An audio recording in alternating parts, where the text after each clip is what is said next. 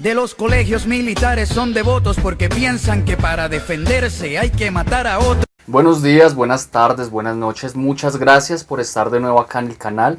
Los invito a los nuevos suscriptores, a las nuevas personas que están viendo este video, a que se suscriban al canal y que le den clic en la campanita para que sepan cuando subo contenido nuevo.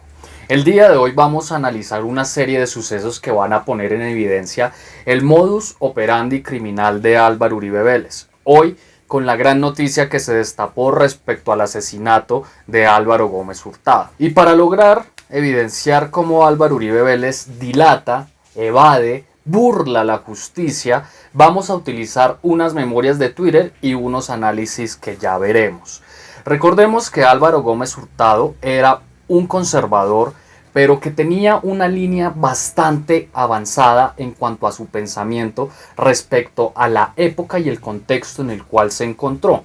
Álvaro Gómez Hurtado es recordada por frases como, abro comillas, el Estado, el gobierno se ha vuelto un botín, el instrumento, mejor, de un enmarañado concurso de intereses particulares que adulteran y distorsionan lo público. De esta frase se puede simplemente analizar que Álvaro Gómez era una persona que buscaba que esas élites políticas que están perpetradas en el poder a lo largo de la historia cedieran un poco y turnaran un poco el poder para así empezar a proponer iniciativas que fueran en pro de los intereses del pueblo, de la gente del común. La cuestión es que por todo esto en 1995 fue asesinado. Por todo lo anterior se creía hasta estos días que Álvaro Gómez Hurtado había sido asesinado por la derecha colombiana, por los paramilitares, por las mafias auspiciadas por la extrema derecha, como ya lo sabemos, con todo este tema del Matarife y sus políticas narcoderechistas. La cuestión es que por allá en el año 2017, Álvaro Uribe Vélez trinó lo siguiente, en el marco y en el contexto del proceso que se adelanta y se adelantaba contra su hermano Santiago Uribe por todo esto de los 12 apóstoles y los más de 500 asesinatos que se les indican por ser uno de los fundadores de este grupo paramilitar. Dicho tuit decía o dice lo siguiente: Frechet debió saber quién mató a Álvaro Gómez Hurtado.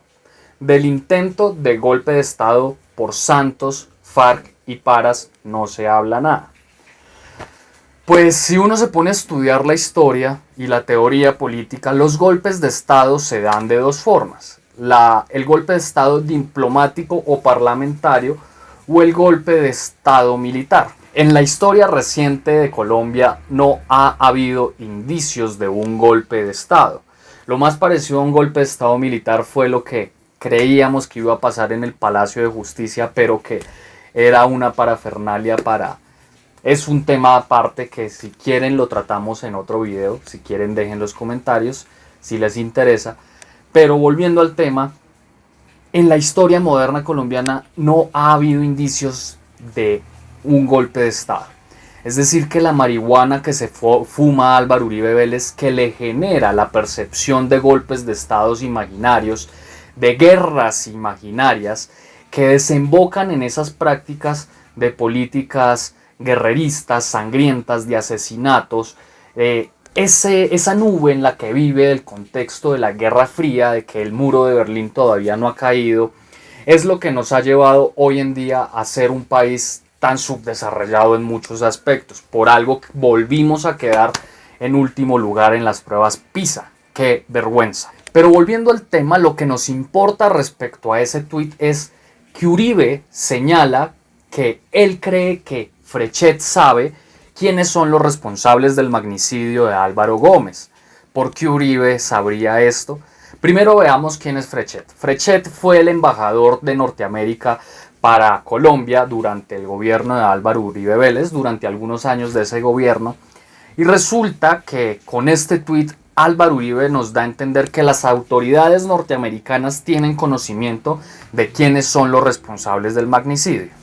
Un año después de este tuit del 2017, Álvaro Uribe Vélez tuiteó sobre el mismo tema referenciando respecto al crimen de Álvaro Gómez, diciendo lo siguiente, abro comillas: mañana acudiré a la Fiscalía para seguir aportando a fin de esclarecer el crimen de Álvaro Gómez Hurtado.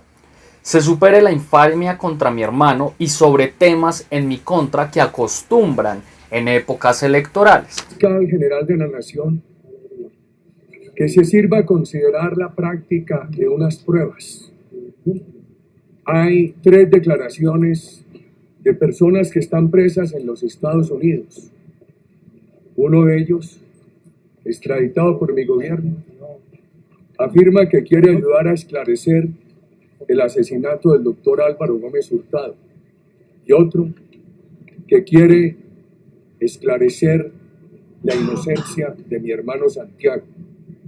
Y si evidenciamos entre líneas el tuit de Álvaro Uribe Vélez, logramos evidenciar esa voluntad de este tipo tan oscuro de enmarañar la justicia, de enredar el proceso del crimen de Álvaro Gómez Hurtado y atarlo a la posibilidad de que Santiago Uribe pueda burlar la justicia.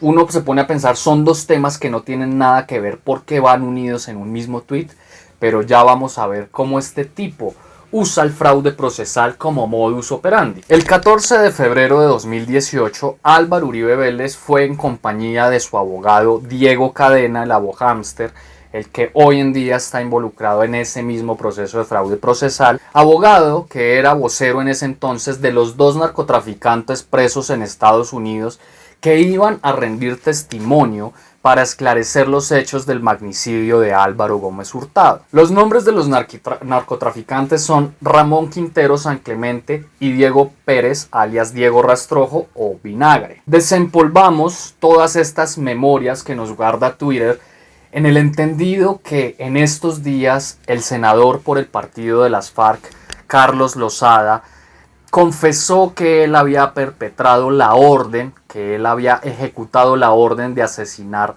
a Álvaro Gómez Hurtado. Es decir, que toda esta parafernalia que se inventó Álvaro Uribe Vélez funciona de la misma manera como querían hacerla funcionar con Monsalve, comprándolo para enredar los procesos y vulnerar o afectar los intereses de otro grupo o sector político. Es decir, que con el testimonio de Lozada queda en evidencia cómo Álvaro Uribe Vélez trata de comprar, de conseguir los testimonios de narcotraficantes, de paramilitares, de asesinos, de violadores, para que den testimonio respecto a aspectos que lo van a favorecer en el desarrollo de un proceso judicial. En cuanto a las declaraciones de Carlos Lozada, la familia de Álvaro Gómez Hurtado dice que todo lo que dice el senador, esta confesión es totalmente falsa. Ellos todavía sienten apego a la tesis de que el asesinato fue perpetrado por parte del Estado, por parte de Ernesto Samper y todo ese entramado político que lo llevó al poder, el clan de los Ochoa, todos estos grupos narcotraficantes que financiaron su campaña y que no les convenía la figura política en el momento de Álvaro Gómez Hurtado. Esta familia se ciña a esta tesis. La cuestión es que toca entrar a analizar qué tan verídicos son los indicios que nos va a dar Carlos Lozada respecto a los hechos que van a estar contenidos en su testimonio y el acercamiento que éste nos puede dar a la verdad. De toda esta parafernalia aprendemos 2 cosas. En primer lugar, el modus operandi del uribismo de comprar testigos, de tergiversar los procesos judiciales, de dilatar la justicia, de burlarla, tal como pasó con el magistrado del Tribunal Supremo de Bogotá en el caso del testimonio de Tasmania que lo compraron, tal como está pasando actualmente en el proceso que se adelanta por el testimonio de Monsalve y tal como iba a pasar con lo de Álvaro Gómez Hurtado. Comprar el testimonio de personas que han cometido crímenes para que rindan testimonio, valga la redundancia, a favor de él. El segundo aspecto que aprendemos es, si lo que dice Carlos Lozada es cierto, entremos a cuestionar cuál es la finalidad de los que dicen defender la izquierda en Colombia y las causas populares. Las FARC perdieron credibilidad hace muchas décadas, hace muchos años. Dejaron de ser un grupo ideológicamente fuerte y se convirtieron en unos criminales. Que hayan dejado las armas es un paso importante. Yo estuve de acuerdo con el proceso de paz porque uno se pone a pensar qué van a hacer 5 pelagatos, 5 representantes o 5 senadores frente a cientos de personas, de senadores que ya saben hacer el mico jurídico, la trampa, burlarse del pueblo, comprar votos, la maquinaria política. No van a hacer absolutamente nada. Los guerrilleros lo único que aprendieron a hacer es a dar plomo y a aprender y a perpetrar crímenes. En el Congreso no han hecho absolutamente nada y no harán absolutamente nada. En el paso de los 2 periodos legislativos que estipula el proceso de paz, van a ver que estas personas no tienen un poder popular. Es por esto que debemos analizar sobre quién debe recaer nuestra convicción, nuestra ideología y a quién debemos apoyar en las urnas. Viendo el debate de moción de censura del ministro de Defensa Carlos Holmes Trujillo, la verdad estoy muy triste al ver a los que convocaron la moción de censura, a los senadores de la oposición, porque uno los ve en los debates que promueve Levi Rincón, Wally y toda esta gente, que Levi Rincón de hecho en estos días peló el cobre contra los petristas, pero uno ve los debates y estas personas hablan con vehemencia, hablan con una propiedad frente a las problemáticas, hablan de frente contra el uribismo, pero al momento de intervenir en el Congreso, ese gallito de pelea les compra votos en escenarios donde más gente los ve, porque el canal del Congreso les ha puesto que mucha gente no los ve, no ve estos debates, no se aguantan un debate de 10, 12 horas. Allá se les muere ese gallo de pelea que busca gustar a la gente. Allá es donde les salen los verdaderos intereses de codearse con el senador del Centro Democrático que tiene mucho dinero. Vemos el caso de Manguito que se volteó y en los próximos años vamos a ver muchos más casos. O como el caso de Robledo que también nos peló el cobre en estos días recientes. El único senador que vi bien parado en cuanto a su discurso fue a David Racero, un pelado bastante interesante, y a María José Pizarro obviamente.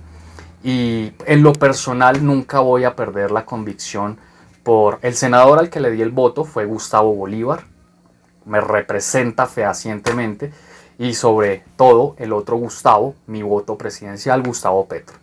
Entonces analicemos cómo estos personajes se desenvuelven en los escenarios de debate del Congreso, no solamente en las parafernalias de estos debaticos de medio pelo de Revista Semana, revista que se mueve gracias a las personas que pensamos por la izquierda. Usted se pone a analizar la página de Revista Semana y son más los me divierte cuando dan una opinión respecto a Uribe que los me gusta. Es un análisis de cómo nosotros como oposición hacemos funcionar estas maquinarias, que si nosotros dejamos de ver a Vicky Dávila, esta señora se cae, su rating se cae.